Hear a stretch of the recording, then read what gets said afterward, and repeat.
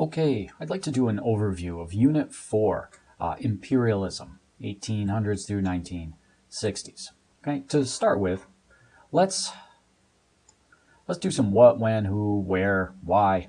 Okay, so the term imperialism is basically boiled down to one country taking over, controlling, exploiting another country.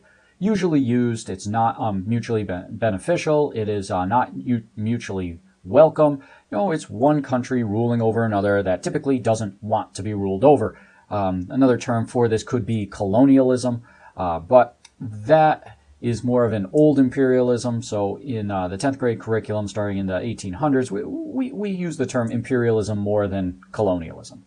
So specifically on the when, we're getting into the 100 years of the 1800s and at least half of the 1900s. Now, there's no hard and fast rule upon this, okay? It's just when it was really going heavily. And we use this time period for new imperialism because it's the industrial takeover. It's industrial countries using industrial technologies to take over non-industrial countries for the reason of gaining markets, gaining resources for industry. So what's going on at this time, the 1800s, well, that's where industry is starting in Western Europe. Industry is starting in the United States. In the late 1800s, industry is starting in Japan. The countries that will do industrial takeover or industrial imperialism. To put what else is going on at the time, to put in perspective, it's the first decades of the United States of America, the first decades as a country. Okay, France goes through the French Revolution and Napoleon, but then goes back to the kings. And right in the early 1800s, we have the Central South American revolutions. So the European countries are getting kicked out of the Americas. Okay, so let's take some time to go into who is going to be conquering other countries and where in general are they going to be conquering. Okay, so the main players that conquer the most is going to be Western European countries. Okay, the major player is going to be Great Britain. The sun never sets on the British Empire, largest empire over the world in history. Okay, France is going to have quite a few colonies. Spain will have a little bit, not very much at all, nor Portugal will have very much at all. Belgium will have a couple. The Netherlands will have a couple. Germany is going to get involved and have territories. Russia is going to have some territories. And those are the main players, European countries. So it's important to note the United States is an interesting comparison. The United States is going to be industrializing and being a strong power and going to send places over the world and expanding the states of the United States in the 1800s. But it's not a direct comparison. So it's not a direct comparison, and it's not an easy comparison. It's not correct to say, oh, and the United States was doing it too. It's not that clear. The United States had situations that were different enough that warrant investigation on its own. It can obviously be compared to the imperialism of the Europeans or Japan, but there's enough uniqueness, there's enough that it's a topic unto itself, and it is a fascinating comparison, but one that needs a whole nother unit of study entitled United States Economic and Territorial Growth before one could compare it with Japanese imperialism and European imperialisms. So I would obviously recommend doing that at some point, but it's beyond the scope of this curriculum to go into what the United States was doing at the time. And the other major imperialistic player of the world was Japan. Japan industrialized and took over areas in Eastern Asia. Okay, so let's focus in on which countries were imperialized, where were the countries that were taken over. And at first we would say basically at ultimately all of Africa except maybe one territory. Okay, so the entire continent of Africa, the populated places, was taken over at some point during the imperialism. Various countries and territories in the Middle East, some earlier, others later after World War I, but basically many territories in the Middle East were imperialized. Okay, the countries of Pakistan, Bangladesh, India were all basically lumped into the subcontinent of India at the time. And so the whole subcontinent of South Asia was imperialized and taken over. Now, China was not imperialized, but they were economically occupied. So multiple different nations had zones in China where they just exploited economically. So China was never taken over, but economically they were imperialized. South Korea was imperialized. Okay, territories in Australia were colonized and imperialized. And in Southeast Asia and Indochina, Vietnam, Cambodia area, and various areas in Southeast Asia were also imperialized. Okay, we know that from previous lessons, Ireland was basically an unwilling part of Great Britain. And as for major civilizations, what does that leave? Well, we have Japan is doing the imperialism. And we have native civilizations in North America, in the Canadian area, and in the United States area, which are being absorbed into the countries. But that leaves an interesting point, not the Americas. Okay, so let's bring up a point of why Central and South America remained unimperialized by Japan or the Western Europeans. And basically it was because there was just a war fought, the Wars of Independence for Central and South America. So Spain and others were kicked out. And after those wars for independence, the United States basically put up a protection field around the Americas. So the United States basically said, no, this hemisphere is off limits to Europeans. So that was called the Monroe Doctrine, named after the U.S. President Doctrine, okay? Now, the President Monroe. And it basically simply said, no, Europeans, you are not allowed to take over countries in the Americas. We are all protected, and the U.S. is going to back up that protection. So the Europeans had a no-go, a no-fly zone, well, no steamship zone. I mean, they could go and trade, but they couldn't take over like they were in Africa, India, Middle East, and the Asia. Okay, so why is this happening? Why did the European countries and why did Japan go and take over other countries? Okay, it all boils down to the most important, absolute most important. Everything else is small potatoes. Everything else is kind of an excuse. Everything else comes along for the ride. The major movers of why this happened. Number one, money. Number two, power. Power and money. Okay, these are industrial countries. These countries are getting rich by making things in factories. What do factories need? They need markets to sell to. They need raw materials. They need workers to some degrees. They just need to spread. There's only so many businesses one can buy and own in England itself. There's only so much natural resources. There's only so many people you can sell to in England. But what if those businesses owned factories all over the world? What if those businesses sold to all over the world? The most people in the world at the time were in South Asia and East Asia, and they weren't buying anything. So now, once the Europeans take over, they can force the sale of their goods. Money is richness. Richness is standard of living. Richness is comfort. Richness can buy power. It can buy military. It can buy status in the world. Money is making the world go around, and money isn't about collecting gold and silver anymore. Money is about selling factory goods. Now, power and prestige can be had from just having an empire. It is an age-old civilization truth that many civilizations in history, the larger they grew, the more territory they had, the more power they had. It seems to be, for many civilizations, a goal to take over other civilizations. Not all, but throughout history, we see this theme. We see this enduring issue come up. So, yes, France, yes, Germany, yes, Great Britain, yes, Japan wanted to own other countries for the sake of owning other countries and the glory and power that that brought to their empire. Those two, money and having an empire, were the prime movers and the prime reasons of imperialism. Now, the next four are sort of sub-reasons. They're not going to do it on their own. It's just they come along for the ride. They're more of justifications or more of opportunistic reasons, as in the Europeans are already taken over because of money and desire for an empire. So while they're at it, why don't they say they're doing these other things and sometimes do it? Number one, there was the belief that the European factory, industrial culture, complete with factories, cities, technology, was superior to all other cultures. And that's, to put it in its nicest terms, superior could be replaced with most effective or most efficient, or in its non-nice racist terms, superior. So the desire to spread this factory, city, European culture to the world was real. It's called social Darwinism, to spread the European culture, to, quote, make the world a better place, make the world more European.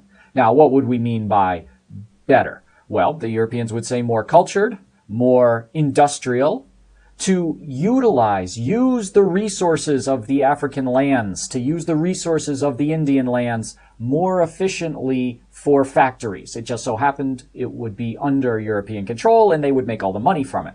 But they said they were just using the resources more efficiently. And the belief of the Europeans that they were helping non-Europeans by bringing them into the industrial way of the world, whether other countries wanted to or not, the belief that it was helping. And in some areas, not all, the spread of Christianity. There was a bit of spread of Christianity and converting people and giving people the opportunity to convert in Africa, in Australia, less so in India, less so in Asian areas, but still some. Now, it's worth noting that the Japanese really didn't care about helping the Koreans or helping the other people or spreading their own Japanese culture or spreading Christianity. No, Japan was mainly in it for the power, the empire, and the money.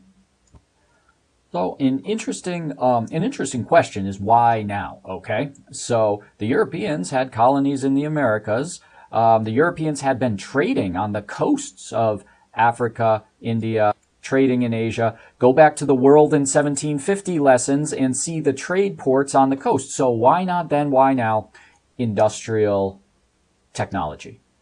Because they couldn't. The Europeans were not strong enough to go into Africa. They were not strong enough to take over in India. They were not strong enough to beat the Chinese. They were not technologically strong enough. So in comes the Industrial Revolutions. There's steamships. There's industrial weapons, okay? In the 1800s, the guns weren't all that great, but they were advanced enough to be able to win the wars. Railroads were coming in, so we've got these thousands of miles of land that can be connected with steam, trains, railroads. So now movement can happen, trade can happen to the inside of these countries. And so the Europeans, in some places, they went to wars in just one. In some places, they came in and made treaties. And once they were in, they built the technological cities with railroads. And once they have established places that just keep moving in and taking over more and more, sometimes the Europeans would start regional conflicts. And just once the area was destabilized, they would pit one tribe against another. When the area was destabilized, come in and take over. Japan was heavy into just military technology winning. So how did the age of imperialism end? Well, different places got their independence at different times. It is the truth that a country cannot hold on to another country indefinitely when that country doesn't want to be held on to. So it's not a matter of if a country will revolt and get their independence, it's when. And there's a lot of different reasons and timelines of when countries got their independence. The best I could say is that World War II was a major changing point, okay? The thoughts of the world were changing after World War II. The actual idea of imperializing and owning other countries was beginning to be not only financially difficult, but seen as morally wrong from the world standpoint. And so things really started going of independence after World War II. I mean, if we were to look at it, many of the African nations, some before, but many in the 1960s, okay? India gained independence from Great Britain with the movements of Gandhi and others. So right after World War II, 1947, many of the Middle Eastern countries got independence after World War II. China was never fully taken over, so early in the 1900s, before the World Wars, China basically said, see ya, kicked out foreign countries and then was dealing with its own internal struggles.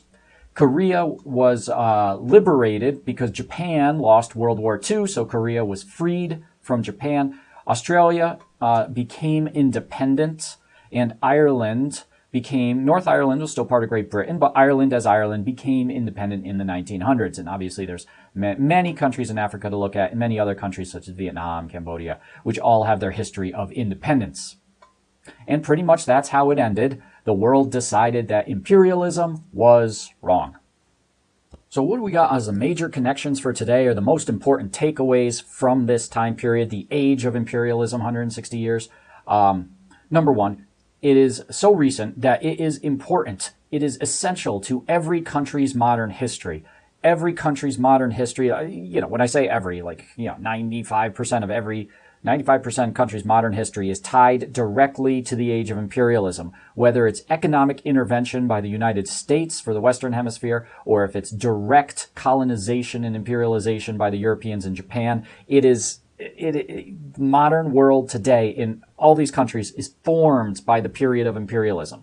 So you can't understand a country today without understanding how the imperialism affected them. Today, imperialism is viewed as wrong. It is viewed as not a correct thing to do. The United Nations world government type group is in place was to specifically prevent imperialism. Okay? And so one country straight up taking over another country is supposed to trigger a war. It is supposed to trigger a reaction from the rest of the world to stop them. And sometimes it does. In the 1992, I believe, Iraq invaded the country of Kuwait, straight up imperialism. The UN responded, protected Kuwait, drove back Iraq, no imperialism. Sometimes it doesn't happen because the UN can't vote unanimously. Five countries have to vote unanimously to stop, so it's not a perfect system. But imperialism is wrong and as close to illegal as you can get today. All right, another thing that has been proven wrong, social Darwinism, or the idea that of cultural superiority and that one culture should spread around the world. That's the grand narrative. That's the story. We could fix all, that's what a grand narrative is. We could fix all of society if we just do one thing. So if one culture just spreads all around the world, the human race would be great. That was in the late 1800s and started World War II, that thinking. Today, we reject social Darwinism because it leads to disrespect and takeover. It is not something that is accepted. And what we have to remember is that imperialism is not long gone. Countries were taking over other countries 60 years ago. Countries were owning other countries 60 years ago. So if something is not long gone, you know what you have to do? You watch out that it doesn't come back. This is not like something that's been gone 1,000 years. This is something that's only been gone a generation. So we stay ever vigilant and we watch for those countries that get way too powerful. And if a country gets really powerful, we watch out that they don't go taking over other countries. Because that idea is still in people's minds. And if those people get control of powerful countries, it could happen again. So that is a major takeaway from the age of imperialism. We went through it once. We as a world did not like it. And now it is the job to keep other people from experimenting with it. Okay, and that was the overview of imperialism. The what, when, who, where, why, how, and the end of imperialism. What I'm going to do now is go through the state curriculum, make a couple comments, read through the state curriculum so you know what the state is looking for people to know and to think about when they think about imperialism. All right. So, imperialism, Western European interactions. Western European interactions with Africa, Asia shifted from limited regional contacts along the coast to greater influence and connections through these regions. Competing industrialized states sought to control and transport raw materials and create new markets across the world. Yeah, we talked about that. The one thing I don't like is they leave out Japan in Japan's imperialism. It just focuses on Western European. It's okay, they'll talk about Japan later. European industrialized states and Japan, there we go, sought to play a dominant role in the world and to control natural resources for political, economic, and cultural reasons. It's exactly what I said. To dominate means to take over and to exploit. Natural resources for the factories, political for the empire, economic because of the money the factories give, and cultural reasons with the Europeans to spread the culture and to interact and, in their mind, quote unquote, help other cultures. Students will trace how imperial powers politically, economically control territories and people. Sure, including direct and indirect rule in Africa. There were many different ways that the Europeans controlled different African countries. Focusing on South Africa, okay, so focusing on South Africa on the tip. The Congo, that was the first in Africa by Belgium. It was a particularly horrible, could be considered a genocide, quite frankly. It could be. It was the worst imperialism. All on King Leopold, all on his shoulders. He bears the responsibility. And one other territory. We'll have to decide. We'll decide which other territory, maybe Nigeria, maybe Kenya, two very popular ones, maybe Egypt to study, maybe Morocco. Yeah, maybe French Morocco. Okay. And one other territory in Africa. India, yep. Indochina would be Vietnam and Cambodia, and of course, the spheres of influence in China. Okay, so those are all that we're going to study. Okay, we're going to explore, students will explore imperialism from a variety of perspectives, such as those of missionaries, indigenous people, women, merchants, business people, and government officials. That is impossible. For every merchant who liked imperialism, there was a merchant who didn't like imperialism. There is no such thing as a overall woman's story of what happens during imperialism. There is no overall story of what happens to indigenous people. And there is no, some government officials love imperialism because they're opportunists and they can grow in the new conquered area while being conquered, or they hate it because they're independents at their mind.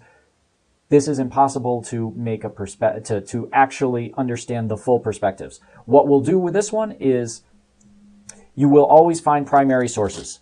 You find a primary source from a woman in India. Read her primary source, understand her perspective, and understand it is the same as many other women in India, but not all. Read the perspective of a merchant in South Africa, and understand it is the perspective of many merchants in South Africa, but not all.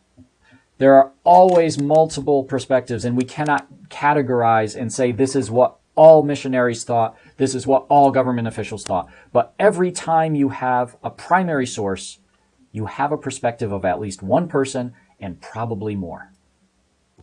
Okay, those who faced being colonized engaged in forms of resistance and adaptation to colonial rule with varying degrees of success. Students will investigate one example of resistance in Africa, probably the Ethiopian resistance. I'm interested in that. And one in China, the Boxer Rebellion in China, and the role of the Empress.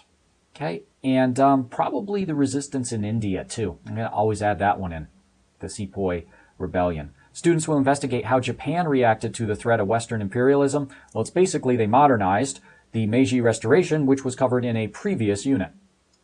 And finally, the last part of imperialism, international conflicts developed as imperial powers competed for control. Claims over land often resulted in borders being shifted on political maps, often with little regard for traditional cultures and commerce.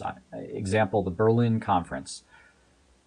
This is the classic thing to understand where Africa is today as a continent, is to understand that the countries in Africa were totally created, their borders, by political geography, by the Europeans. And that has lasting effects. Students will compare and contrast maps of Africa from 1800 and 1914, noticing the changes in continuity of ethnic groups and regions, African states and European claims. When examining that, you realize that Africa was in a state of homeostasis where tribes were where civilizations and cities were where civilizations and cities were, and then it was randomly divided into new states. And the legacy of that, the conflict that that causes, lumping people together like that, flows through even to today. So that's worth a whole bullet point even on its own because it's so impactful to Africa today. And there you have it. That is the overview of the imperialism unit.